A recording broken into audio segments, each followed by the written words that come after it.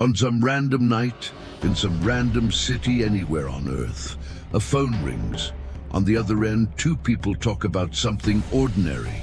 Work, family, everyday problems. Nothing that seems important, but thousands of miles away, inside a windowless room, someone could be listening. Not because these people are criminals, not because they are politicians, not because they are involved in anything illegal, but because an invisible system may be capturing everything. Calls, messages, emails, radio signals, digital data, fragments of entire lives transformed into information. For decades, governments denied this system even existed. Experts doubted it. Theories circulated in the shadows, until documents began to surface. Confidential reports, insider testimonies, parliamentary investigations, and the name that appeared again and again was always the same: Echelon. A project so ambitious, it feels like science fiction. A global network capable of intercepting communications across the entire planet. But the question that truly haunts is not whether it exists. It is, how far does it go? To understand Echelon, we need to go back to a time when the world lived under the constant threat of nuclear destruction. The Cold War was not just an ideological conflict between the United States and the Soviet Union. It was a war of information. Whoever knew first what the enemy was planning would survive. In that context, a highly secretive alliance was formed between 5 nations: the United States, the United Kingdom, Canada, Australia, and New Zealand. Today, it is known as the Five Eyes. Officially, it was an intelligence sharing agreement. In practice, it meant sharing secrets, technology, and surveillance on a global scale. The goal was to listen to the Soviet bloc, intercept military transmissions, uncover plans before they became reality.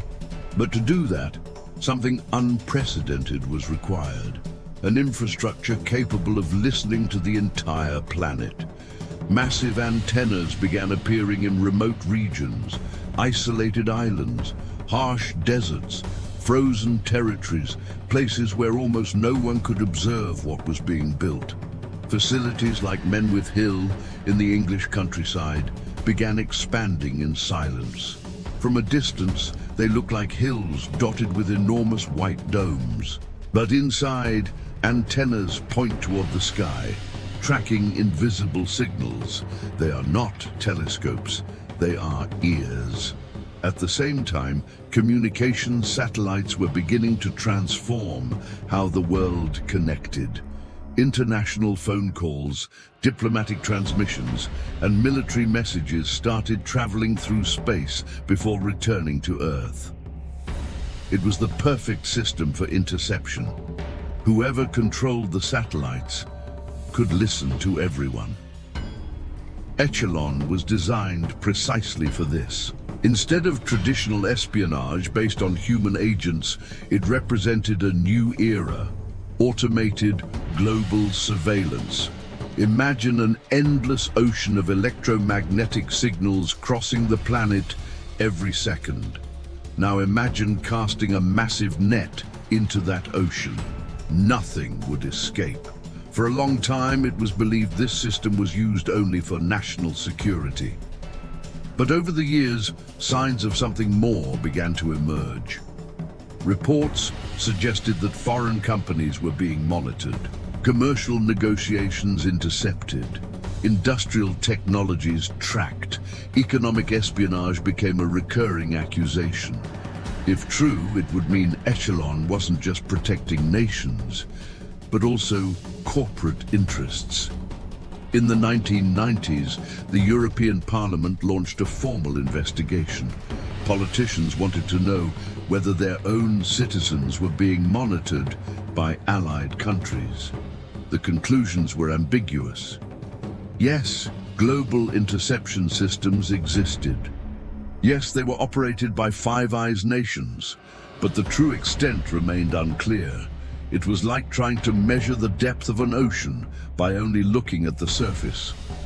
While debates unfolded in public, the facilities continued operating in silence. In the Australian desert, a base known as Pine Gap became one of the most secretive in the world, protected, isolated, surrounded by strict protocols. From there, reconnaissance satellites are controlled and signals are captured on a massive scale. Few employees know exactly what happens in each sector. Compartmentalization is essential. When no one knows the full picture, leaks become almost impossible. The operation of Echelon depends on something simple and unsettling: automation. No group of humans could listen to billions of communications every day, so the system relies on filters, keywords, linguistic patterns, associations between names and locations, behavioral analysis. If a suspicious term appears, the message is flagged. If multiple terms appear together, the alert intensifies. If the context suggests risk, human analysts step in. But no one outside the system knows which words trigger these filters, and that creates a disturbing possibility. Innocent conversations could be interpreted differently depending on context.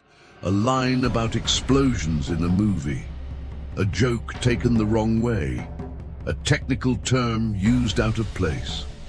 Everything can seem relevant to an algorithm searching for threats. With the rise of the internet, the scale of surveillance changed dramatically. Before, communications were mostly voice or simple text. Now they include videos, images, social media, geolocation, and detailed metadata. Every click leaves a trace. Every connected device becomes a source of information. Undersea cables carry most of the world's data traffic. Intercepting these cables means accessing communications across entire continents. Some experts believe Echelon's true power lies in metadata, information about communication, not necessarily its content, who spoke to whom, when, for how long, from where. This data can map entire social networks without listening to a single word, and networks reveal power. They can identify leaders, influencers, hidden connections, and behavioral patterns. Over the years, whistleblowers have revealed that surveillance programs were even more extensive than imagined. Not just interception, but massive storage.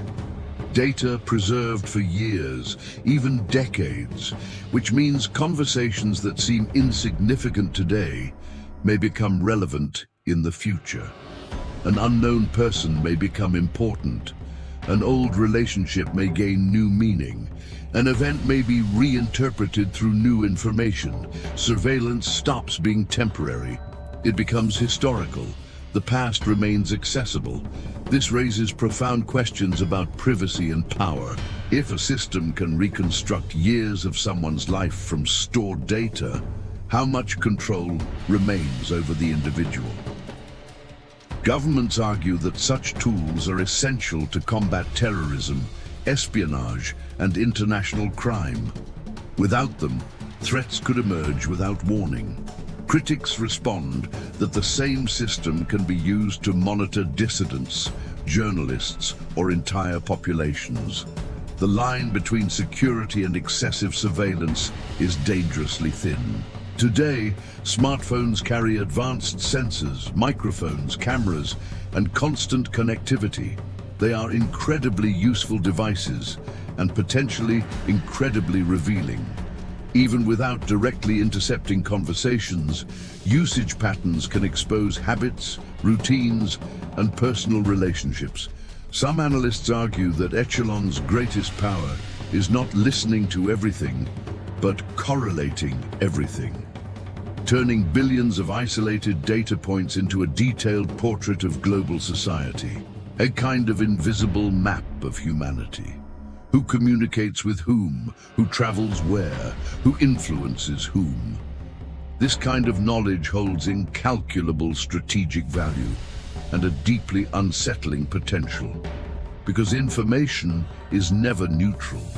It can protect or it can control. Over the decades, Echelon has become almost mythical. Not entirely secret, not entirely public, not fully confirmed, not fully denied. A system that exists between the lines. Perhaps the most disturbing part is how normal it feels. There are no sirens, no drones hovering visibly over every city, no obvious signs of constant monitoring. Modern surveillance is silent, invisible, automated, embedded within the very infrastructure of the world. And that creates a paradox. The more advanced technology becomes, the less visible it is. And perhaps that is exactly what makes it so powerful, because a system you can see can be avoided, but a system you cannot detect is impossible to escape. In the end, Echelon raises a question that goes far beyond espionage, a philosophical question. If an entity can observe everything, collect everything, and analyze everything, who guarantees that this power will be used only for protection? History shows that technologies created for defense often end up being used for control, and control is rarely absolute or permanent in the hands of a single group. Governments change, alliances shift, crises emerge, but surveillance systems tend to remain. Perhaps Echelon's true legacy is not Cold War espionage, nor the fight against terrorism.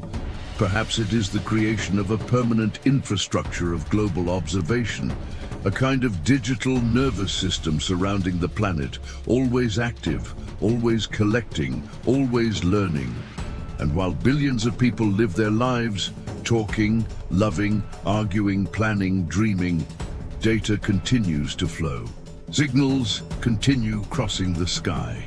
Cables continue transmitting impulses beneath the oceans. Servers continue storing fragments of human stories. Most of this information will never be analyzed, but the possibility is always there. And sometimes, possibility alone is enough to change how people behave. When someone believes they might be watched, they begin to act differently. More caution, more self-censorship, less spontaneity. Some scholars call this the panopticon effect, the idea that potential surveillance can be as powerful as real surveillance. In that sense, Echelon may be more than a technological system. It may be a symbol of the modern age, an era where privacy and connectivity are in constant tension. The more connected we become, the more traces we leave behind. The more data we generate, the more vulnerable we are to collection. And yet, few would be willing to give up the technology that makes life easier. The digital world is both liberating and observing. So perhaps the most important question is not whether Echelon exists, nor how many messages it intercepts, but whether humanity is truly prepared to live in a world where global surveillance is technically possible. Because once something becomes possible, it rarely stops being used. And as long as that possibility exists, one question will continue to echo in silence. Who is listening right now? If you want to keep exploring the forgotten secrets of humanity, the stories that shape the world in the shadows, and the mysteries that still challenge our understanding, subscribe to The Hidden, because some truths are not hidden by accident.